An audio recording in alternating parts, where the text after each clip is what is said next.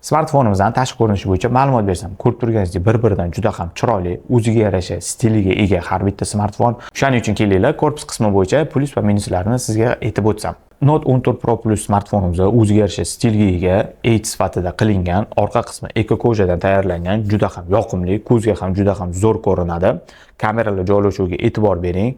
Bu smartfonimizda IP68 himoyasiga ega.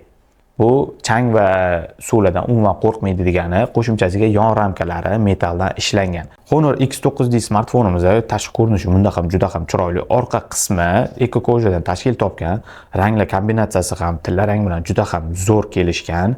Mana bu kamera joylashuvlariga e'tibor bering o'zgacha. Bu smartfonimizda IP69 himoyalanish standartiga ega. Juda ham ko'p blogerlarda ko'rdingiz, buni juda ham qattiq crash testlardan o'tkazishdi, lekin shunda ham sog' qolib xizmat qilishni davom etdi. Faqatgina yon ramkalari bunda plastikdan tashkil topgan. Note 14 Pro Plusimizda esa eslaganingizdek temirdan tashkil topgan edi, ya'ni metalldan. Samsung A56 smartfonimizda mana tashqi ko'rinishi, orqa qismi oynadan tashkil topgan, yon qismi bunda ham metalldan tashkil topgan. Faqatgina orqa qismiga qo'lingiz tegganda barmoq izlar qolish ehtimoli juda ham ko'p ekan. Yon qismida ovoz ko'tarish tushirish hamda blokirovka tugmasi joylashtirilgan. Bu smartfonimizda IP67 himoyalanish standartiga ega.